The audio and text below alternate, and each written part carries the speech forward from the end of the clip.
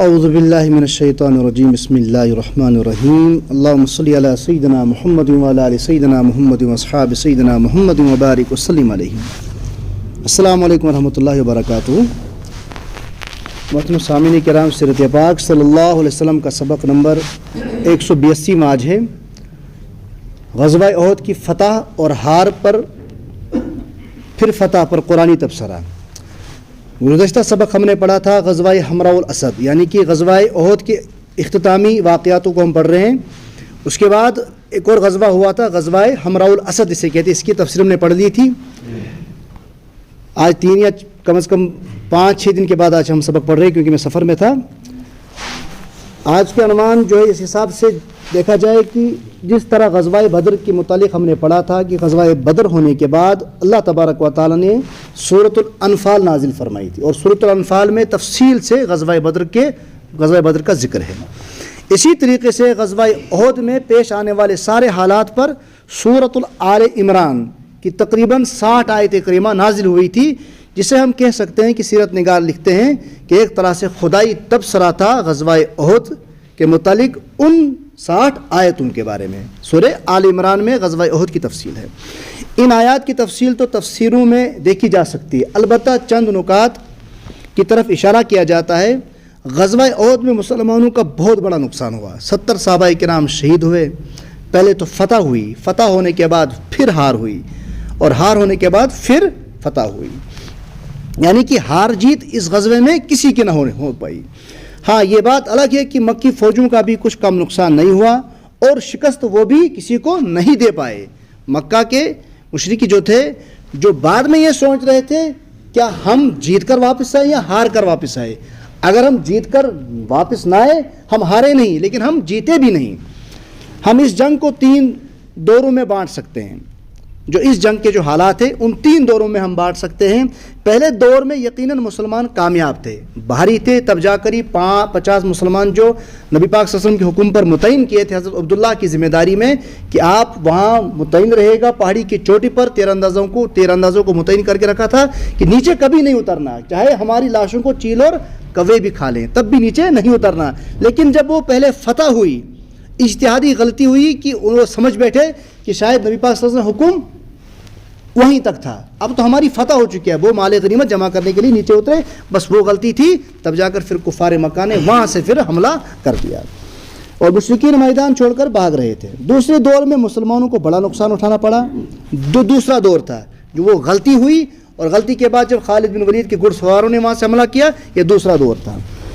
بڑا نقصان ہوا لیکن انہوں نے میدان نہیں چھوڑا.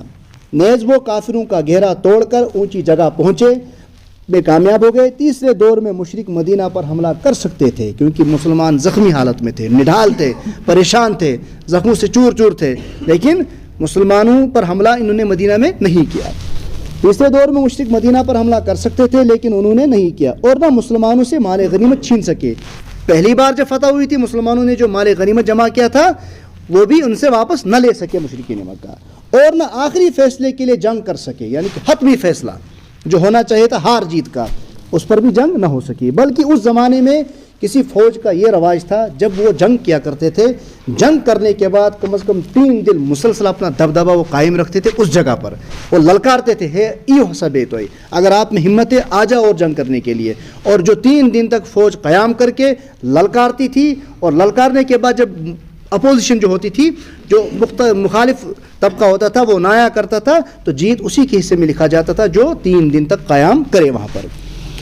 بلکہ مکی فوج تو مسلمانوں سے بھی پہلے میدان چھوڑ کر بھاگ گئے، کیونکہ پہلی مرتبہ ہی پہلی جو احد کا جو پہلا وار تھا اسی میں تو یہ بھاگ رہے تھے، پھر اس کو جیت جانا کیسے مان لیں. لیکن مسلمانوں کو اتنا بڑا نقصان ہوا کیوں؟ اللہ تعالیٰ کی مدد تھوڑی دیر بند کیوں ہوئی؟ قرآن کریم نے اس کے تقریباً 13 جواب دیے ہیں. جو احد میں جو واقعہ ہوا، مسلمانوں جو تھوڑا سا پسپا ہوئے، اس کا جو قرآن کریم 13 جوابات دیتے ہیں، اور اصل راز بیان فرما کر اس کے پیچھے چھپی ہوئی حکمت سے پردہ اٹھایا ہے. اس کے پیچھے حکمت کیا تھی کہ احد میں مسلمانوں کو جو شکست ہوئی. مثلا یہ حکمت کی مسلسل لگاتار کامیابی کے ساتھ تو ہر کوئی اسلام کا دعوے دار اور مدعی بن سکتا تھا.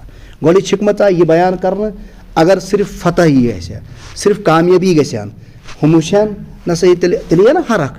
اب یہ دیکھیں سمپل سی مثال آپ یہ لے لیجیے، جو طبقہ جیتنے کے قابل ہوتا ہے رخ اسی کی طرف ہو جاتا ہے، جس کی طرف میڈیا بھی چلے یا جس کی طرف عوام بھی چلے تو رخ اسی کی طرف یقیناً ہو جاتا ہے۔